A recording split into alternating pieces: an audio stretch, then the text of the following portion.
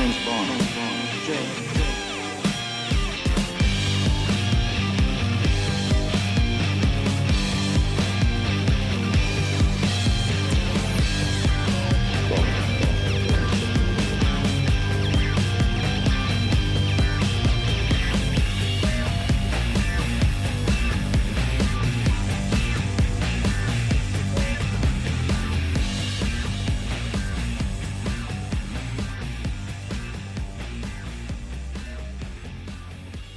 Handle like eggs. You're listening to a James Bond podcast. I'm Bronwyn Knox, and my guests tonight are David B. Anderson and Dave Lawler. And my guest, introduce my guests. Finally, she tried to throw in the introduce my guests. Tonight we're going to be talking about Thunderball, the 1965 film. Thunderball, yeah. Is that really the theme song, or are you just making that up? No. Thunderball! Is that your Tom Jones. best Tom Jones impression? Well, no, I could probably nail Tom Jones like that. I'm not doing it again. You better put that in something, because I'm not doing that like 5 minute. Well, if you had listened to the Goldfinger, you would see that I left it in right at the end.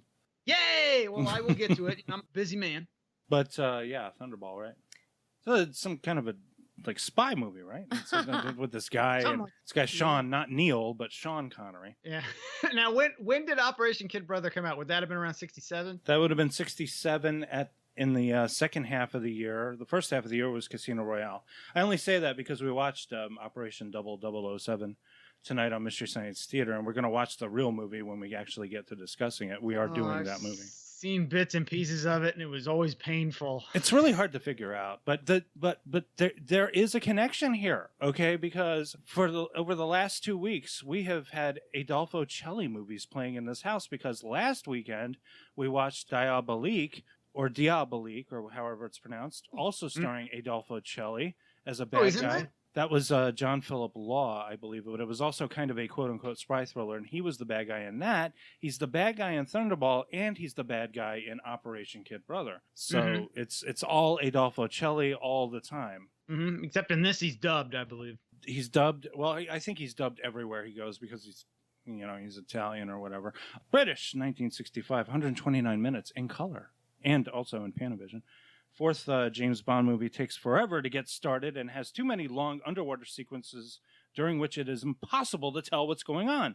Nevertheless, it's an enjoyable entry in the Bond series. Sean Connery is particularly appealing as Bond. I think he projects more confidence than in other films in the series. Adolfo Celli makes a strong, sophisticated nemesis, Largo. Spectre No. 2 Man has stolen some atomic bombs, naturally, in order to blow up Miami. Former Miss France, Claudine Auger, is a top-grade, though neglected, Bond heroine. She is Domino, Largo's mistress, I guess you were right, until she sleeps with Bond and wakes up. She got woke, as it were. Luciana Paluzzi is the gorgeous and deadly Fiona Volpe. Is that your redhead? Yeah. Okay. Not my redhead. Film has no great scene, but it's entertaining as long as the actors stay above water. Ian Fleming's novel was adapted by Richard Maybaum and John Hopkins, edited by Peter Hunt, produced by Albert Broccoli and Harvey Saltzman. Actually, no, it was produced by Kevin McClory. Albert Broccoli and Harry Saltzman were executive producers. Thunderball. Yeah, so how about that opening before the credits sequence? I thought that was really good. It was with the one of the best. jetpack and the drag queen. The funeral and the guy pretending and it's to obviously, I mean, some of it's obviously it is a woman, so that when you have the reveal, it is, and I do like.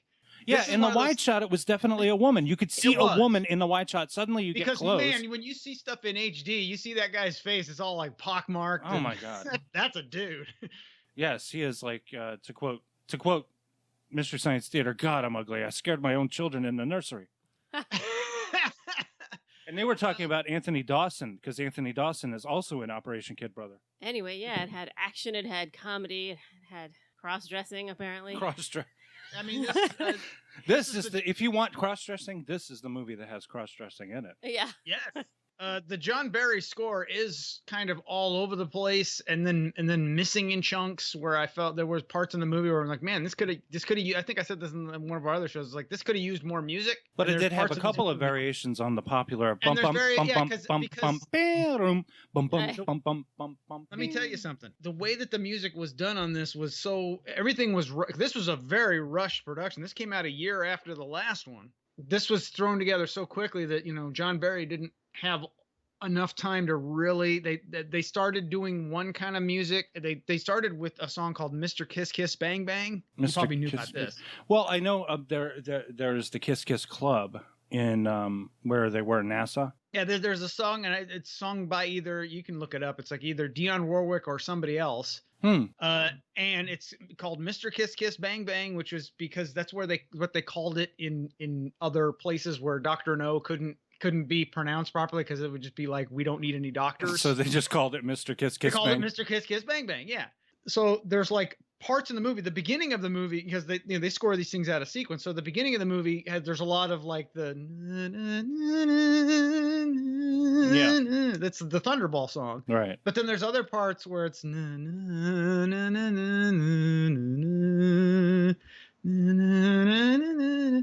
some of that, but then there's other parts where there's a lot of like riffs from Mr. Kiss Kiss Bang Bang in there.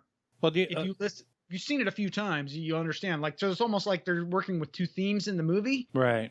There are lots of like little musical jabs that I did like, when he punches the guy and he goes, dun, dun, dun, dun, and then he punches. Well, there was but I think, in my opinion, especially when they couldn't really, because the underwater sequences are kind of really badly handled because we have no idea what's going on, like Danny Peary said. So there's a lot of music in there, and the music is, I think, meant to underscore whether or not we're looking at a good guy or a bad guy. And what we had figured out was that you had to put James Bond in the red onesie with his little swimming trunks, I guess, underneath, and then the rest of them were bad guys, right? That's one of the things that is better about Never Say Never Again is, because it's basically a remake of this with the same script because of McClory, and we'll probably get into that. Very much so. That's the one thing that's good is like that. I mean, there is underwater stuff, but it's like they kind of just go in and it's like kind of like one small chunk of the movie instead of being like half the movie. Why was the budget for this so dramatically higher than Goldfinger? It's like a $9 million. It is a big epic movie. And also remember when you're... But that's 3 Goldfingers right there in It 1 year is like how much they spent on this movie. It's also, it's all in one location for the most part. I mean, it's the locations. It's, when you look, you can have stuff done if you can't, like, I'm going to guess it had to do with planning of like, they had to get this done so quick. Because they want to strike while the iron is hot, and when you rush a movie out, you can get it out. I would chalk it up to something simpler than that. I think that Kevin McClory botched it. Being producer of this movie, I think he spent too much money. I mean, like Broccoli put out these movies, right? And you're talking $6 million over 3 years and netting over $250 million in box office. The guy knew how to economize, and even then, I mean, when we go back to the next Bond movie proper, which is You Only Live Twice, which was shot 2 years later, it's still a $9 million budget. It comes, I think, like a year and a half. It's actually this one came out around Christmas, and You Only Live Twice came out around the summer, so it's like a year and a half. Yeah, year and a half, and but even with inflation, he doesn't go much over Thunderball. And You Only Live Twice looks like a movie that costs a lot of money with that incredible set. The set at the end of the volcanic lair. That thing cost $1 million on its own. Yeah. And it looks good. It looks except in the wide shots where that's obviously a matte painting and stuff like that. Well, it's like at the time everything was very forgiving. Like you could put in like there's lots of shots like when he's in the jetpack. It's like you see the stuntman, which by the way, the long shot of the guy in the jetpack, that's an actual man on an actual jetpack coming off the roof. That thing actually exists. I mean, you saw it on The Fall Guy. You know what I'm talking about. Well, yeah, but the thing, even an actual guy on a jetpack. No, they had to get. But there are a couple of close shots of Connery in the jetpack, and you can see the string. You can actually see the wire. Actually, what you're seeing is the horrible optical print, like line in the film kind of thing in the background, because it's just really ratty looking film of him going down. He didn't have to be on anything. Still, it's a string. It's a string. Whether it's on a film or connected to his jetpack, it's still a string. McClory wrote a script with Ian Fleming and another person, Whittingham. Is that his name? I believe so. They had written a script before he had even written the book. So he wrote the book, and he wrote the book based on their script. McClory claimed ownership of it. So he took Ian Fleming to court. And meanwhile, I mean, like this really didn't have this particular skirmish had nothing to do with Broccoli, but it had all to do with Fleming. And maybe McClory. What does McClory think that he created, or he co-created? They worked together because the whole plan was, and maybe this had to do with Broccoli. The whole plan was, I think I said this before. This was before they even made Dr. No, and this was they're gonna make James Bond the movie. So they like all got together and wrote a script that was especially made to make a James Bond movie that was separate from the books. And it was going to be Thunderball. Yeah, it was going to be Thunderball. And Fleming got bored or whatever, decided to go smoke and live on his island. And he just wrote the book and used a lot of the elements that McClory and the other guy threw in. And then he released the book, and so rightly so, he sued him. But still, Fleming created the character, though. He wrote the book. He created the character, but he didn't create. He didn't create Spectre. He didn't create Spectre. Is that where the Spectre thing comes in? That's where I think Spectre. It's more like the Blofeld Spectre, and they kind of like slowly go down as far as like in Diamonds Are Forever there is a Blofeld, but there is no Spectre, and then you have like the character in For Your Eyes Only. I don't even think he's referred to as Blofeld, or he's even in the credits. Mm-hmm. But it's obviously him, and it's more sort of the On Her Majesty's Secret Service Blofeld because he's in the neck brace and in the chair. It's like, and then they were like, they wanted to bring in Blofeld for Spy Who Loved Me, but they couldn't because they got sued again. Like there was this huge long lawsuit like going on. It literally went on until Kevin McClory finally died, and then they settled with the estate. Because the guy wasn't going down, and then he would eventually make Never Say Never Again with the same script with Connery. So did McClory make money? Did he get money every time there was a reference to Spectre, theoretically, or something like that? Maybe. I'm gonna say he probably would have, right? Because they didn't make any references to Spectre. So I don't even know if he probably owned a piece of Thunderball, and that would be my guess. So what all happens in this movie? So then he's at the spa is kind of the next thing I remember. The spa. There's a big long sequence at the spa. There was a whole big sequence also in Never Say Never Again of a spa. He's getting massages. He's sexually harassing the health. Oh, sexually harassing the nurse. It's so rapey. After resisting his kiss initially, later on she's like, "Oh, come back and see me." That's the movies. What the heck? Suddenly, women are like that, I guess. I don't know. Well, somebody wishes they were. Oh yeah. Well, look, you're Sean Connery. You can just they just like. Oh. Well, they kind of put him in a weird torture device to increase his height, because I can't see any beneficial like a stretch, thing. And, yeah. I mean, she it's puts a rack. She puts him in the rack to stretch him, and then one of the henchmen makes the speed go really fast, so they're trying to kill him. Oh, I wanted to make this point that the real henchman in this movie is actually a woman. Red, Fiona Volpe. The lead henchman, I guess. She's a henchman. She might as well be. I mean, kind of.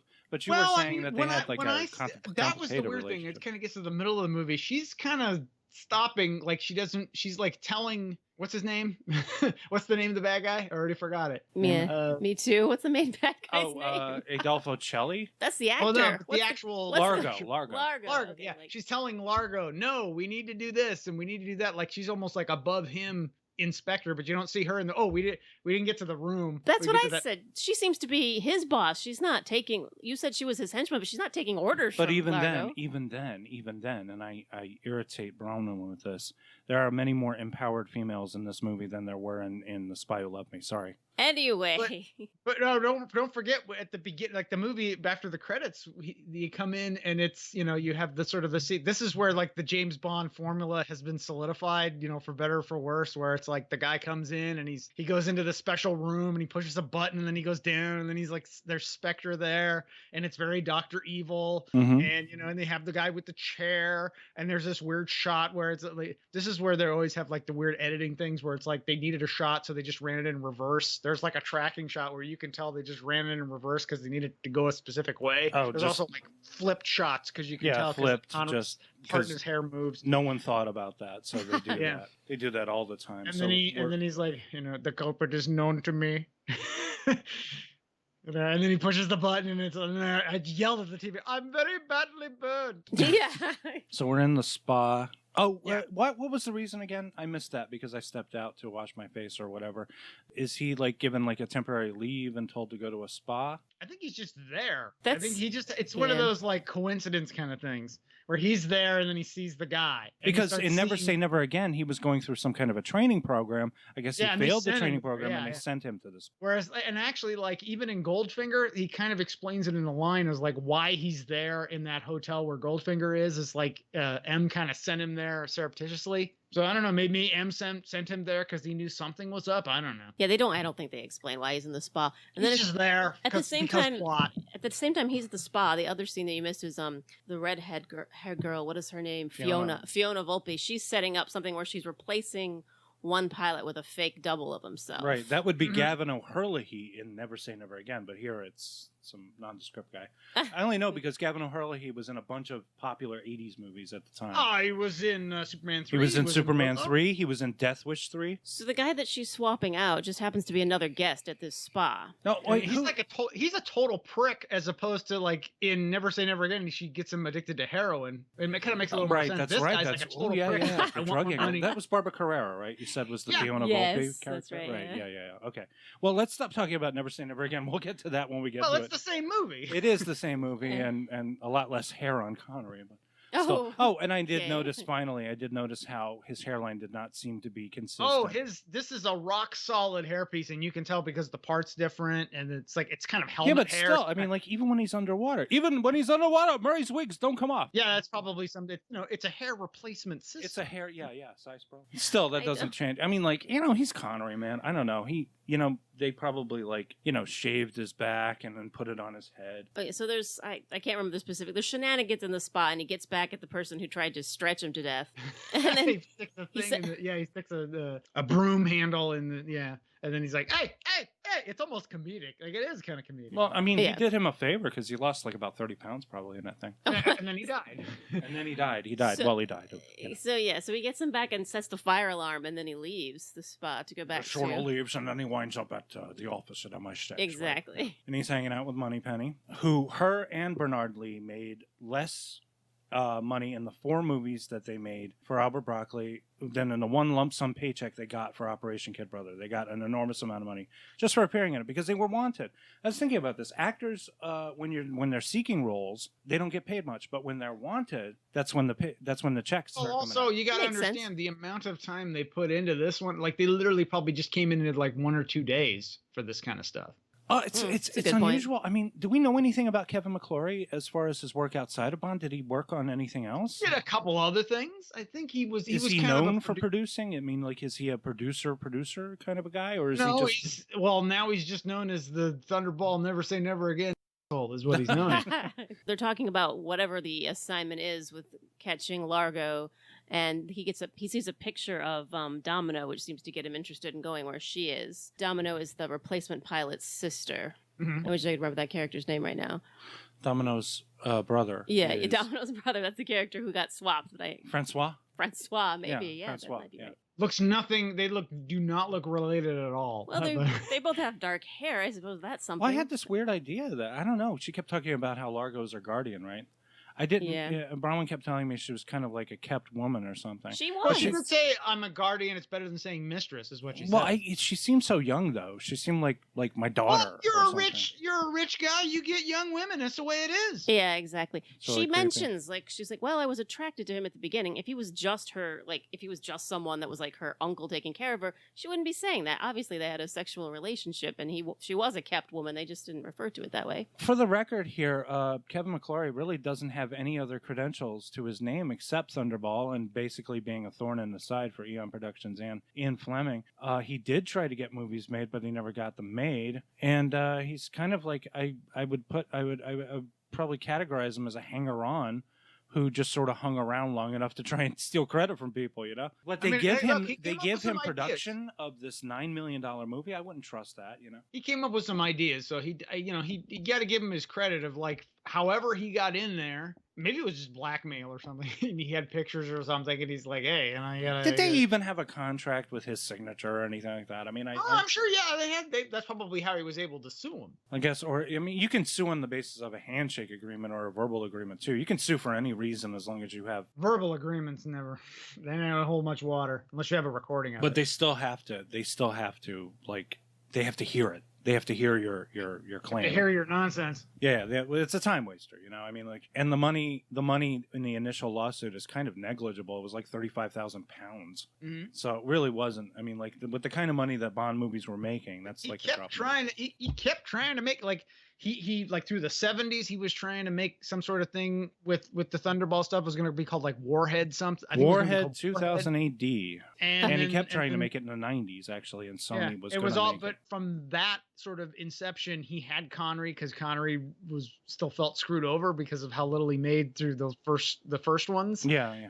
until he finally got the big payday. So he always kind of had him in his pocket, and he's always like, "Hey, if we can ever get it together, we'll make this movie. We'll get Talia Shire's husband, and we'll take some of his money, and then he'll have a little bit of money left over, and he'll make a rad." So before he goes off to Nassau, he stops to visit Q and annoys Q. He annoys Q. He gets some Toys. devices, Geiger counter.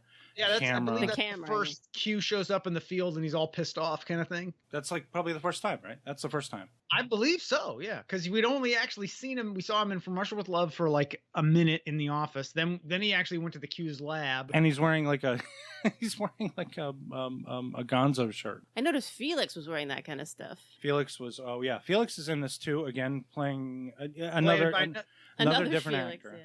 Rick Van Nutter. Yeah, and he's like this total We're American. gonna talk about porn. That's a name. And he's also has help. He's got Paula. Paula, unfortunately. yeah, his assistant. His poor assistant, who is also brave, by the way. Another brave woman. None of these women are spies, though.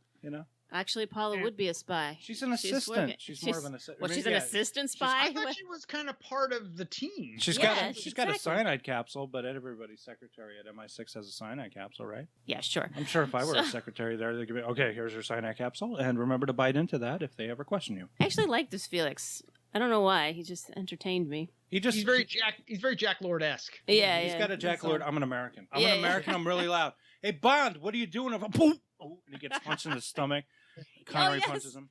He did when he. Hey, they 007, introduced secret agent, all right? He comes up to the hotel room door and James Bond immediately punches him in the stomach. To shut him up. He couldn't just make some sort of gesture like shh. He couldn't just do that. He couldn't have put He his had hand to his mouth or something like that. And also, Felix is like pointing at him, like in the middle of all this. He's like pointing over there. That was later at the music festival. But I'm thinking, like, this is CIA. This is what the CIA does. It's called covert operations, dude. I'm a little lost now. But we're in Nassau. We've met Felix.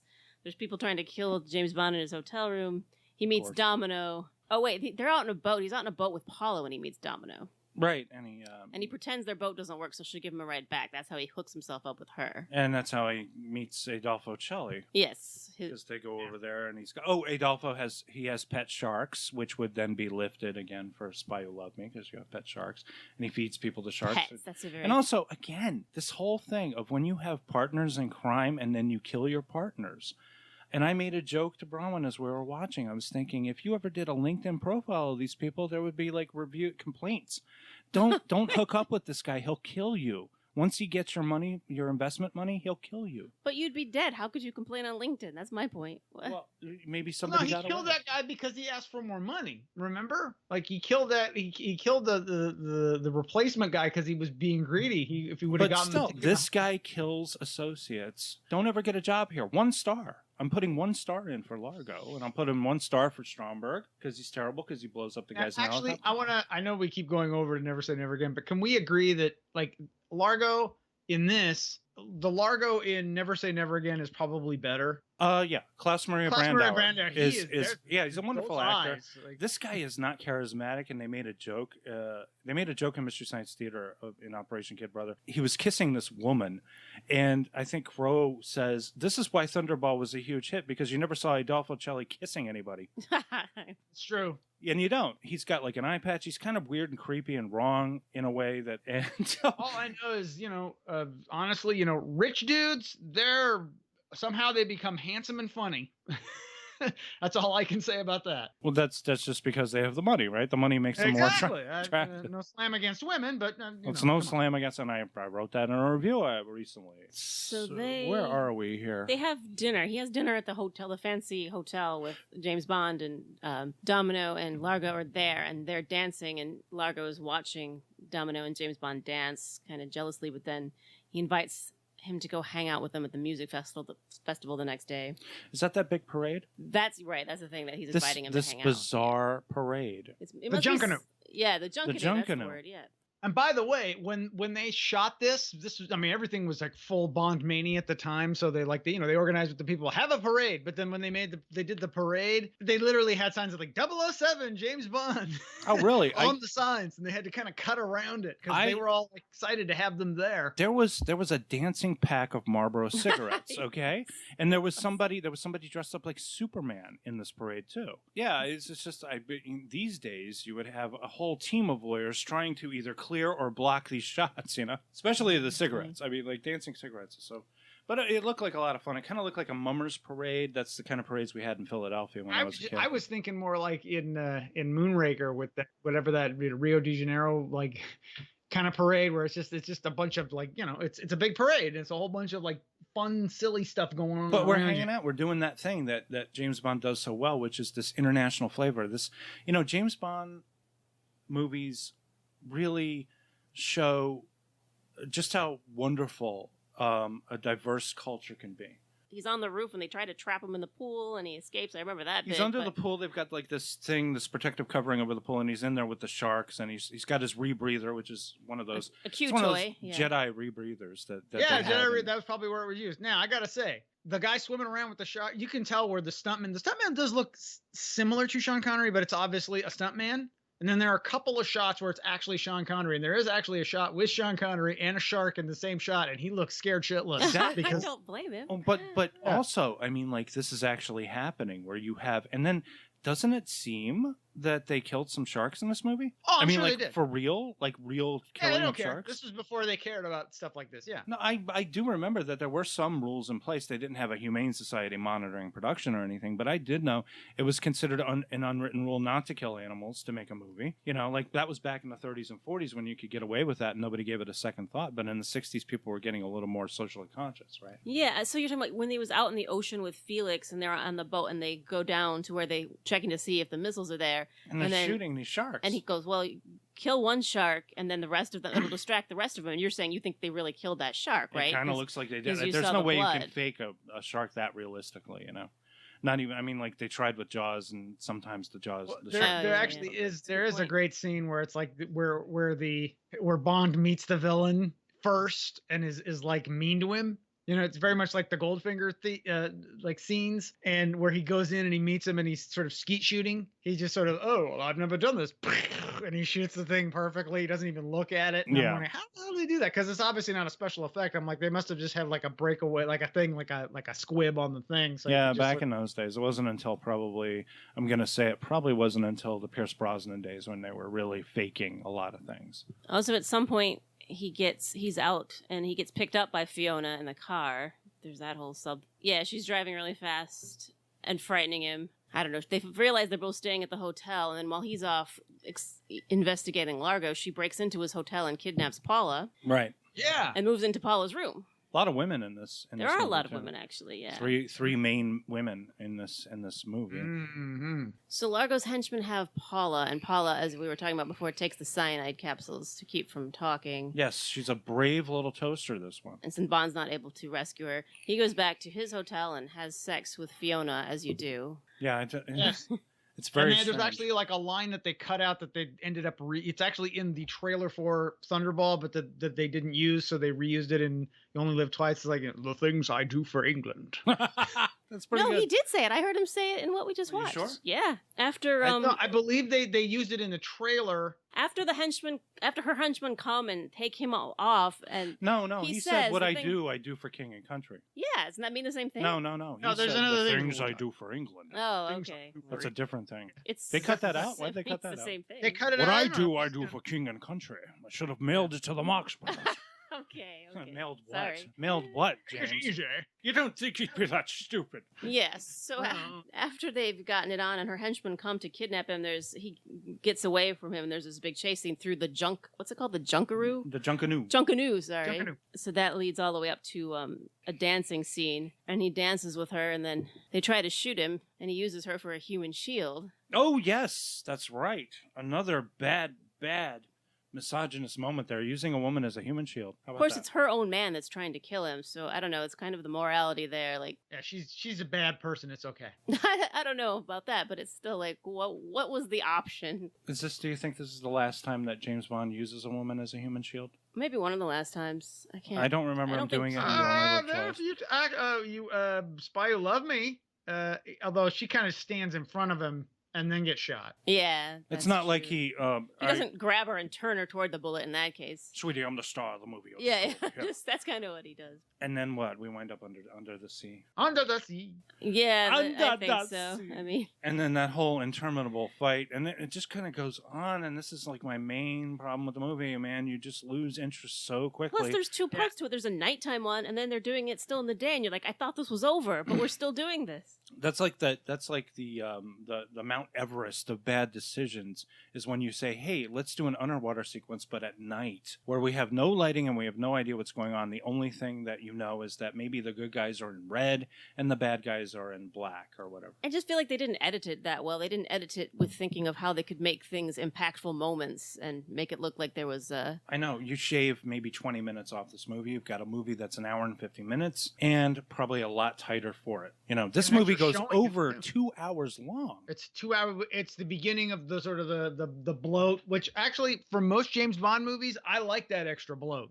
It's because it's usually like it's more sort of it gives you an extra. Well, if you wanna an give extra me- place to go to, you know. Yeah, if you want to give me bloat, though, don't do it underwater at night. If, No, it, no, if it don't do was that. taken up with entertaining action sequences, that would have been cool, but that didn't happen. Yeah.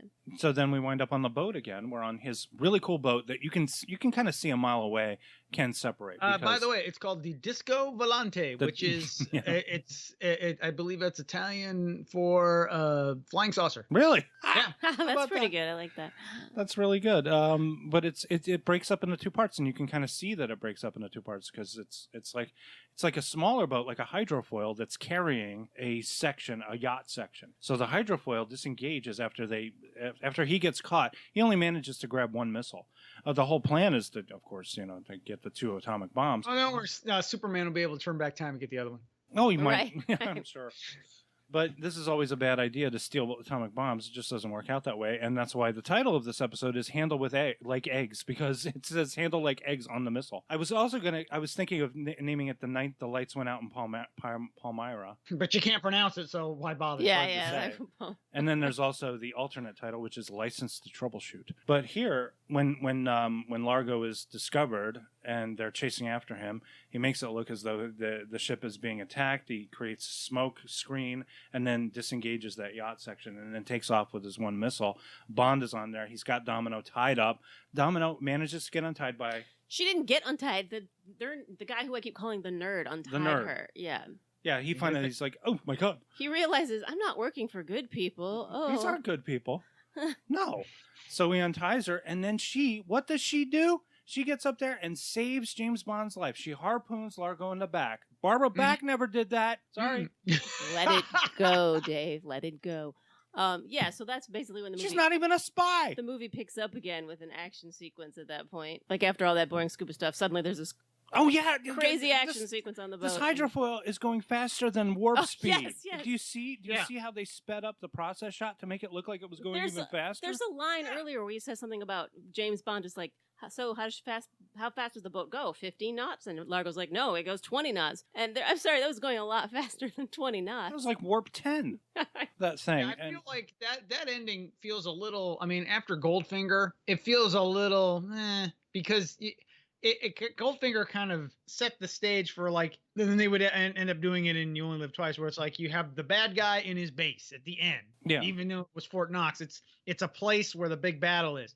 This is like a fist fight on a boat, and then the boat blows up. It's like it doesn't. I mean, like you could take a similar situation, it's like in Tomorrow Never Dies, when he has that sort of that stealth boat, but it's still kind of like a base where he can have like a big fight and stuff can happen. Whereas this is just two guys fighting in a like that. It's just it's a little for me. It is. And then they jump off, but they save the nerd, but we never see the nerd again. Yeah, you noticed? Do you remember? They throw him the lifesaver. Just throws It's him like, off. I We can't throws him off swim. with like He gives them a lifesaver. They jump off. We never see him again. They get rescued by they get on the life raft, but they don't put the guy on the life raft with They them. don't I put know the where guy. he It's is. just him and the girl. He shoots up the little red balloon, and then a jet comes by, grabs the balloon, and takes them off of the raft, and they fly through the air, and that's how the movie ends. But we never see the nerd.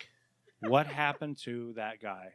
Oh yeah, Jaws saved him many years later as he was swimming in the ocean at the end of Spy Who Loved Me. So that's how it ends, right? Yeah. Yeah. And it's abrupt. It's a very abrupt ending. Yeah, it's very It abrupt. ends very. Suddenly we It's get like, the all credits. my movies end this way, but They did- and also- it's in the raft. And also, I mean, like it fades out while the credits are still rolling. Yeah, It fades out. I mean, like at the bottom, and I'm like thinking, there's some little girl out there whose dad worked on this film, and his credits about to show up, and then it suddenly fades out. well, and also remember, this is one of the few ones where it doesn't end with James Bond will return in. Yeah. It was Because just like, and get it's it over because with. Just get it done. We are done. The end. some of the prints did say he will return in on Her Majesty's Secret Service, but then like later versions, it's not on there and they just said it's cheaper to just lop it off because the next one will be You Only Live Twice. So it's like sometimes they think now, of course, on Spy Who Loved Me, they say the next one will be For Your Eyes Only, but then it's Moonraker because Star Wars. So it's probably better that they just. So they chopped were it off. intending on following this up with On Her Majesty's Secret Service? Yes. Ah. And I was thinking, man, if you could have done that with Connery, that plot with Connery, he had the acting chops then, imagine what movie you would have gotten. I don't know. I don't know that Connery would have had the acting chops to pull that off. I can't see Connery going, and crying at the end in a car with his dead wife and saying, That would have made it awesome. It would have been a great "It's way to all go. right. She's only resting. We have all the time in the world." I mean, I can't really see it. Lazenby is kind of more emoting. He's more emotive in that for me. I think Sean Connery could do it, and it would have been. I've never seen Connery Probably really. people wouldn't think so little of the movie if he had done it. But the thing, okay, this is kind of a generalizing question regarding Sean Connery. Have you ever seen him really do something like that? He's always played kind of Yes. balls out guys who have the cloak of their machismo, and they never let their guard down or their defenses down. I've never seen Connery do that. When he Last Crusade, when he thinks India's died. Yeah, but okay, well, it was like 70 years old when they shot that, or in He his was late 60s. 57. All right, well, he looked a lot was older. 11 years older than. I mean, I than can't. I Harrison mean, they Ford. talk about the emotion, but he doesn't necessarily project it. Like they talked about the tragedy of Captain Marco Ramius in Hunt for Red October, but you never see it because he's supposed to be playing this right on the edge. He's supposed to be playing a character that we're not sure is defecting, and he does it brilliantly. He does not let his guard down, and he doesn't let his defenses down. I don't think Connery does that. I mean, like, as much as I've seen him charming, pleasant. I've seen him drunk. I've seen him boiling mad, but I've never He is seen an him. emotional powerhouse in Zardoz. I mean, I think Dalton is a very emotional actor. I think Craig is too. I'm not too sure about Moore. I've seen Moore, yeah, he has concern, but I've never seen him lower his emotional guard either. And I have seen Brosnan do it. Brosnan is capable of it as well. Oh, yeah. I mean, but you were complaining about Lazenby. You said that didn't really work to see James Bond be vulnerable. So Yes. Which is it? I mean, That's why I can't. It's why it was a blessing to never have Lazenby play that part again, because he was too human. Oh, he needed one more so he could get revenge. I mean, imagine him doing Diamonds Are Forever where he gets Blofeld and that would have Diamonds been are awesome. forever. Yeah. I'm George Lazenby. Okay, Right, I so guess it's time for final thoughts. I think so. Yeah. So All right, you go ahead, ladies first.